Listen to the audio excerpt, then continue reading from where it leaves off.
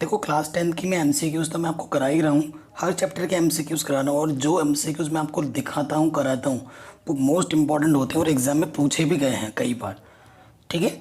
सो पहला क्वेश्चन आपका height and distance जो चैप्टर नंबर 9 है आपका एनसीईआरटी में, उसका प्रॉब्लम ये जो देख रहे हैं आपके स्क्रीन पर 2014 में पूछा गया है। क्वेश्चन में क्या बोल रहे हैं, if the height of a vertical pole is equal to the length of its shadow on the ground then angle of elevation to the sun is. चार ऑप्शन दे रखे हैं, 0, 30 डिग्री, 45 डिग्री या फिर 60 डिग्री।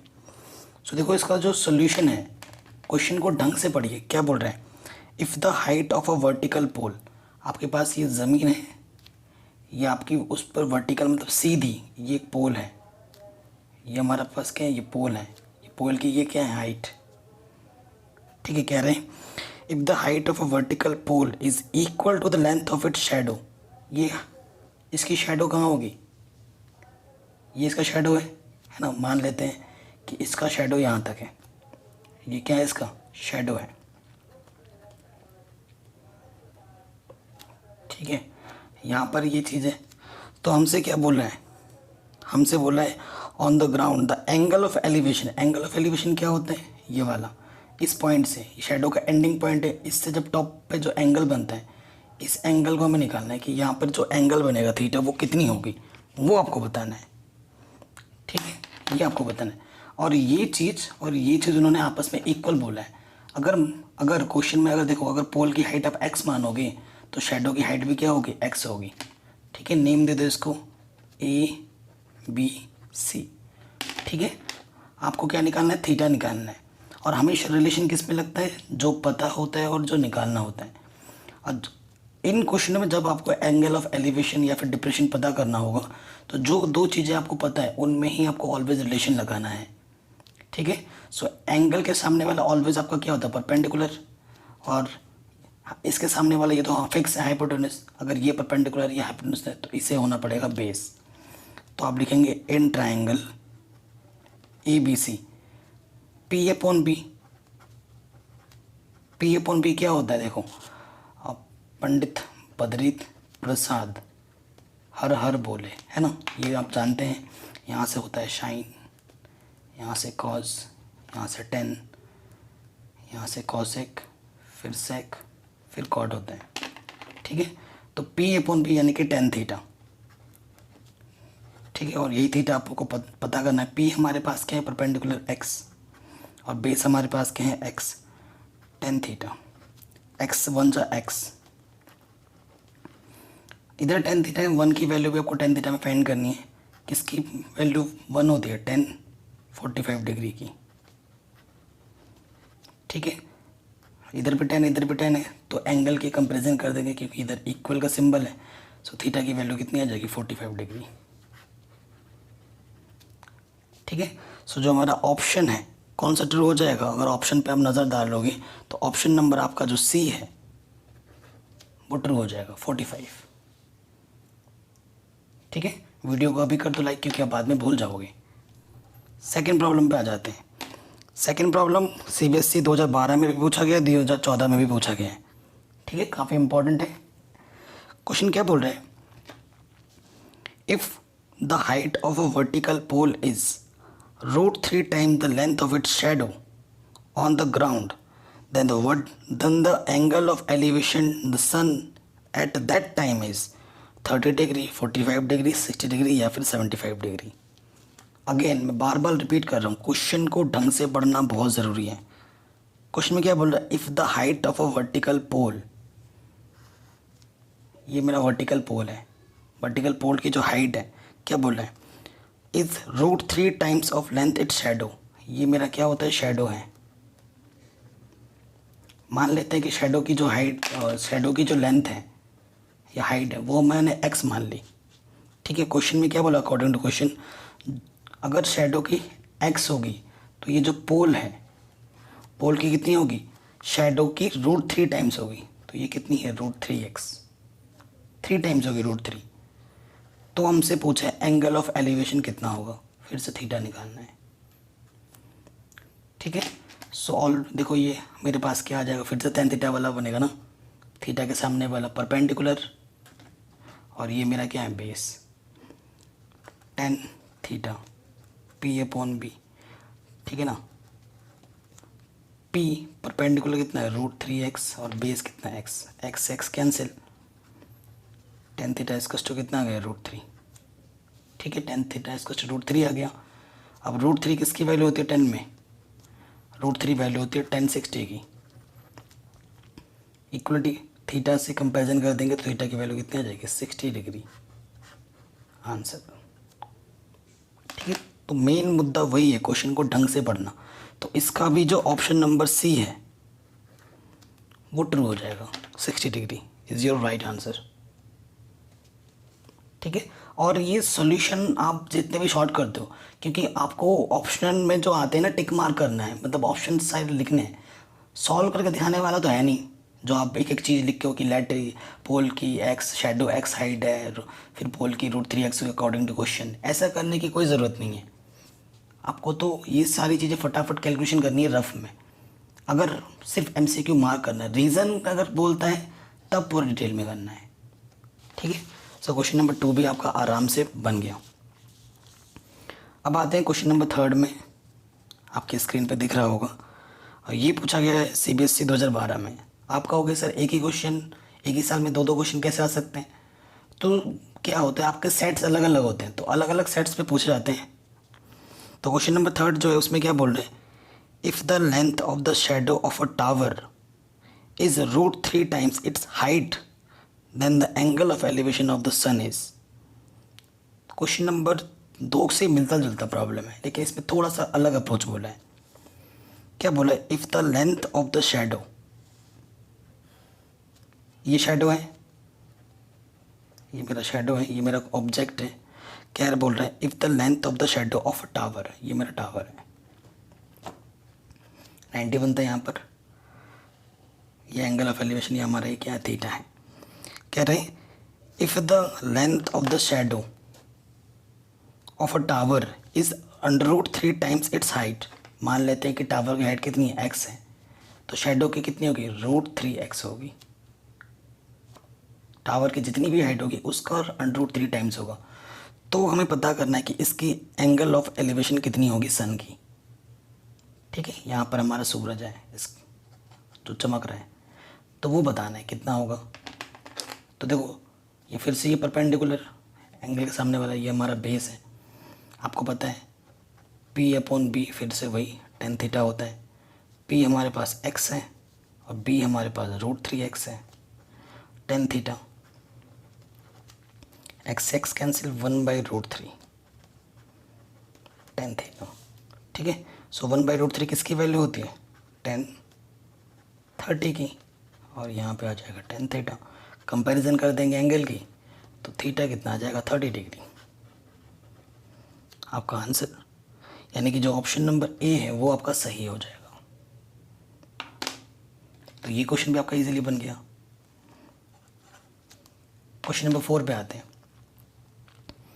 स्क्रीन पे दिख रहा होगा, कह रहे हैं इफ़ अ पोल, बहुत शानदार क्वेश्चन है, बहुत इंपॉर्टेंट है, CBSE 2013 के कंपार्टमेंट में पूछा गया प्रॉब्लम है। कह रहे हैं if a pole 12 metre high cast a shadow 4√3 metre long on the ground then the sun elevation क्या होगी, ठीक है। लगभग सारे क्वेश्चन सेम टाइप के कह रहे हैं if a pole 12 metre high, ये मेरा पोल है जिसकी हाइट कितनी है 12 मीटर, ठीक है, और इसका जो शेडो है वो कितना है 4√3 मीटर, ये इसका शेडो है। तो हमसे पूछ रहा है कि एंगल ऑफ एलिवेशन क्या होगा सन का, लगभग फिर से वही मिलता जुलता प्रॉब्लम आपको फिर से दिख ही रहा है, ये मेरा परपेंडिकुलर है, ये मेरा बेस है, ये मेरा हाइपोटेनस है, जो दो चीज़ें पता है उनके बीच में रिलेशन लगाऊं, तो यहाँ से P अपॉन B क्या आ जाएगा टेन थीटा, P मेरे पास है 12 और ये मेरे पास है 4√3,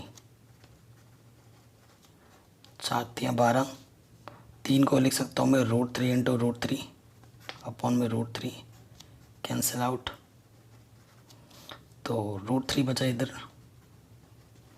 √3 किसकी वैल्यू होती है 10 में 1060 की,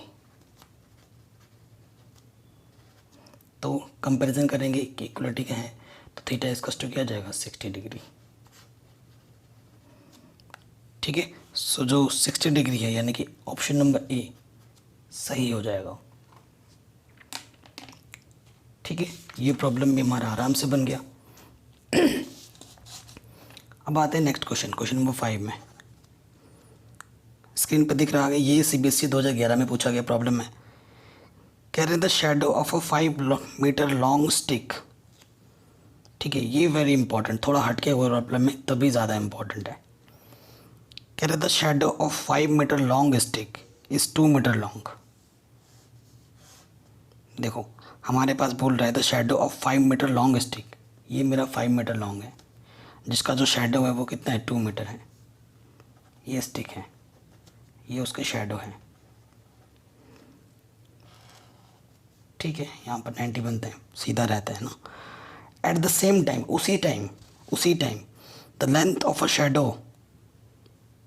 ठीक है, उसी टाइम पे क्या बोल रहे हैं, एक ट्री है, the length of the shadow at the same time the length of the shadow of 12.5 metre high trees.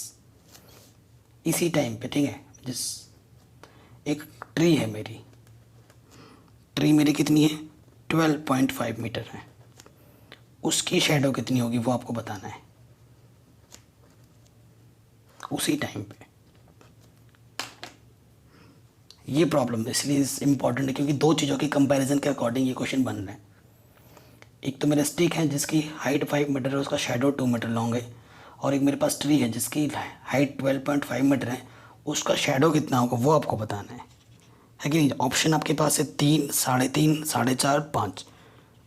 ठीक है, तो इसमें इस क्वेश्चन में ना एक कॉन्सेप्ट आप याद रखिएगा जो आपको यूज़ करना है। क्या ये याद रखिएगा कि रेशियो ऑफ लेंथ्स, जो रेशियो होता है लेंथ्स का वो किसके इक्वल होता है। लेंथ किसका, लेंथ ऑफ ऑब्जेक्ट, ये लिख दीजिए नहीं तो बाद में भूल जाओगे कि रेशियो ऑफ लेंथ ऑब्जेक्ट किसके इक्वल होता है। Ratio of length of their shadows. ठीक है, तो देखिए इस कॉन्सेप्ट का आपको यूज़ करना है। रेशियो ऑफ लेंथ, इसका 5 है 5, और इसका कितना है 12.5, इसका कितना है 2, और इसका आप मान लो कि x जो आपको फाइंड करना है।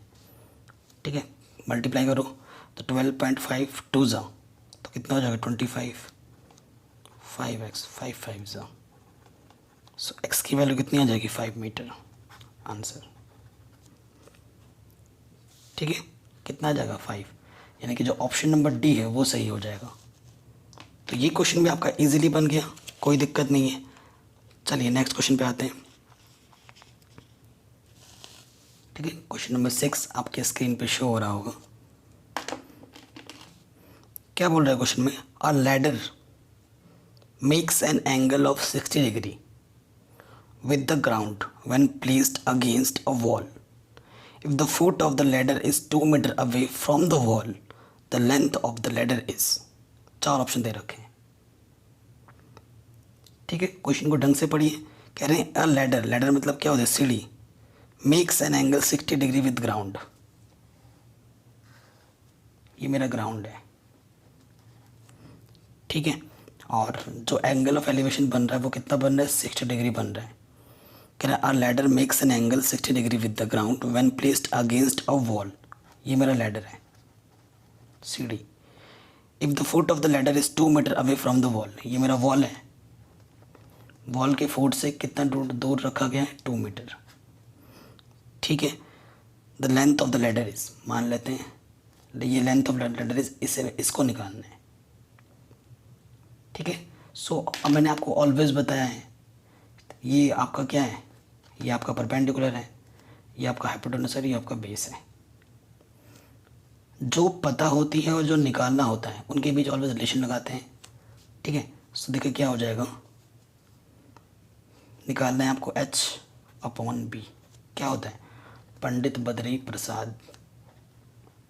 प्रसाद हर हर बोले। तो एच अपॉन बी, ठीक है, एच अपॉन बी या बी अपॉन एच, जो लगाना चाहूँ, बी अपॉन एच लगाता हूँ मैं, दोनों से आ जाएगा वैसे, B upon H sine cos, क्योंकि बच्चों को यही ज़्यादा याद रहता है इसीलिए मैं ऐसा करवा रहा हूँ, cos theta, B upon H क्या होता है कॉस थीटा। तो मेरे पास बेस कितना है 2, हाइट एच का मतलब हाइपोटेनस वो एक्स है हमारे पास, और कॉस थीटा मेरे पास कितनी है 60 डिग्री। कॉस 60 की वैल्यू कितनी होती है, कॉस 60 की वैल्यू होती है 1/2। सो एक्स 1 जा एक्स, 2 2 जा 4। सो लैडर की हाइट कितनी होगी 4 मीटर, यानी कि जो ऑप्शन डी है वो मेरा सही हो जाएगा। ठीक है, ये क्वेश्चन भी मेरा बन गया आराम से, बहुत ही ईजी प्रॉब्लम है, बस क्वेश्चन पढ़ो ढंग से और क्वेश्चन को सॉल्व करो। क्वेश्चन नंबर 7 पे आ जाते हैं। क्या बोल रहे हैं क्वेश्चन, कह रहे हैं अ लैडर, ये क्वेश्चन CBSE 2017 में पूछा गया था। कह रहे हैं a ladder 50 metre long makes an angle of 60 degree with the wall, find the height of the point where the ladder touches the wall. ठीक है, क्वेश्चन को थोड़ा घुमा दिया है इसमें, बस यही फ़र्क है। कह रहे हैं ये मेरा वॉल है, ये मेरा ग्राउंड है, ये मेरा लैडर है, ये लैडर है, ठीक है, ये मेरा वॉल है और ये मेरा ग्राउंड है। अब देखिए क्या बोल रहे हैं, कह रहे हैं a ladder 50 metre long, ladder की हाइट कितनी, तो क्वेश्चन क्या बोल रहे हैं आपका 7, अ लैडर 50 मीटर लॉन्ग, ठीक है, आपके पास एक वॉल है, ज़मीन है और ये लैडर है, ठीक है। कह रहे हैं ladder 50 metre long makes an angle 60 degree with the wall, 60 degree बनाता है विद द वॉल यहाँ पर, ठीक है, यहाँ तो 90 बनेगा, ये 90 है, ये 60 है, ठीक है, 90 और 60 कितने हो गए 150, तो यहाँ पर ऑब्वियसली कितना बनेगा 30 डिग्री, ठीक है, विद द वॉल। ये बोला है find the height of the point where the ladder touches the wall, मतलब आपको ये हाइट पता करनी है, वॉल की हाइट पता करनी है, सिंपल इज़ दैट, ठीक है। सो कई बच्चे 60 डिग्री यहाँ पर बना देंगे, ये उनसे गलती हो जाती है इस क्वेश्चन में, तभी ये क्वेश्चन काफ़ी इंपॉर्टेंट है और 2017 में पूछा गया है। तो देखो ये हमारा क्या होता है, परपेंडिकुलर एंगल के सामने बना, इस एंगल को हम लेयर प्रेफर कर रहे हैं, तो परपेंडिकुलर अपॉन हाइपोटेनस क्या होता है साइन थीटा। तो एच लेट की हाइट एच है और हाइपोटेनस मेरा 15 है और साइन थीटा की वैल्यू होती है 1/2, क्रॉस मल्टीप्लाई करोगे साइन 30 की वैल्यू कितनी होती है 1/2, ठीक तो कर रहा हूँ ना मैं, हाँ। सो एच की वैल्यू क्या हो जाएगी 15 बन जाए 15/2 आंसर, ठीक है। सो जो ऑप्शन नंबर मेरा सी है वो सही हो जाएगा, ठीक है। ये क्वेश्चन भी मेरा इजीली बन गया। चलिए क्वेश्चन नंबर 8 में आते हैं, जो कि CBSE 2014 में पूछा गया है। क्वेश्चन आपके स्क्रीन पे दिख रहा होगा, कह रहे from a point on the ground 30 metre away from the foot of a tower the angle of elevation of top of the tower is 30 degree, the height of the tower is, क्या होगा ये हमें बताना है। बहुत ही easy problem है, एकदम basic सा क्वेश्चन है एकदम, ठीक है, कि यहाँ से लेकर यहाँ तक की जो डिस्टेंस हमें दे रखी है वो 30 मीटर दे रखी है, ठीक है, और ये जो एंगल दे रखा है एंगल ऑफ एलिवेशन वो हमें 30 डिग्री दे रखा है, हमें ये हाइट पता करनी है। बिल्कुल सिंपल है ना। क्वेश्चन मैं आपको एक बार दोबारा पढ़ दे रहा हूँ, कह रहे हैं from a point on the ground, एक पॉइंट लेना हमें ग्राउंड से 30 metre away from the foot of the tower, ये टावर है, फुट से 30 मीटर एक पॉइंट लेना है, the angle of elevation of top of the tower, tower के टॉप से एंगल ऑफ एलिवेशन जितना है वो 30 डिग्री है, तो हमें बताना हाइट ऑफ द टावर क्या होगी, ये हाइट ऑफ द टावर यानी एच हमें निकालना है, ये पी है, ये बी है, ये एच है, तो परपेंडिकुलर अपॉन बेस कितना होता है 10 थीटा, ठीक है। तो परपेंडिकुलर अपन के पास एच है, बेस हमारे पास 30 है और 10 थीटा, थीटा भी 30 है, टेन 30 की वैल्यू 1/√3 होती है, तो ये आ जाएगा 30√3। 30 1 30, √3 का भी नीचे छोड़ते नहीं है, √3 से ऊपर जब मल्टीप्लाई कर देंगे 30√3 ऊपर हो जाएगा, √3 × √3, √3 का square which is 3, 3 1 3 0। So H मेरे को मिल जाएगा 10√3 मीटर। ठीक है, यानी कि जो आपका ऑप्शन नंबर देखा जाए तो ऑप्शन नंबर बी सही हो जाएगा, बी इज करेक्ट। ठीक है, तो ये प्रॉब्लम भी आपका आराम से बन गया। अब आते हैं क्वेश्चन नंबर 9 में।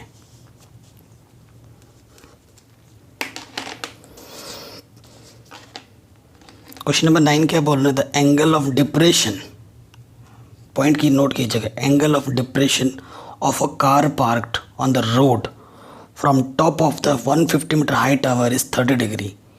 The distance of the car from the tower is, ठीक है, वो हमें निकालना है।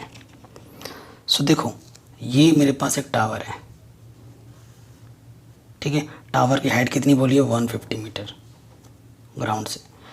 ठीक है, यहाँ पर कार रखी है, तो यहाँ पर कहीं कार रखी है, तो एंगल ऑफ डिप्रेशन, यहाँ पर कोई भी आदमी खड़ा है, जब एंगल ऑफ इस कार को देख रहा है, जो एंगल ऑफ डिप्रेशन बन रहा है इस पॉइंट से, वो यहाँ पे कितना बन रहा है? 30 डिग्री बन रहा है। अगर यहाँ 30 डिग्री है तो यहाँ पर भी 30 डिग्री होगा, प्रॉपर्टी है।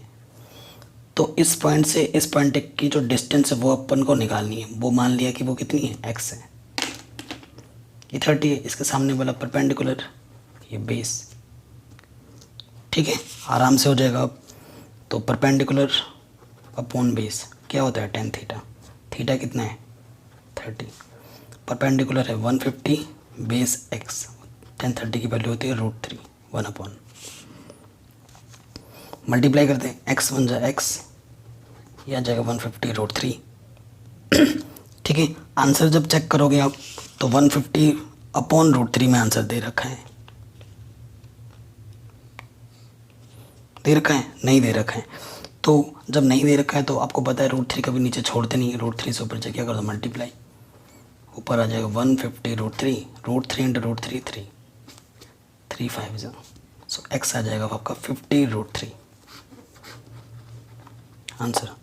तो 50 √3 जो आपका है वो आपका ऑप्शन नंबर ए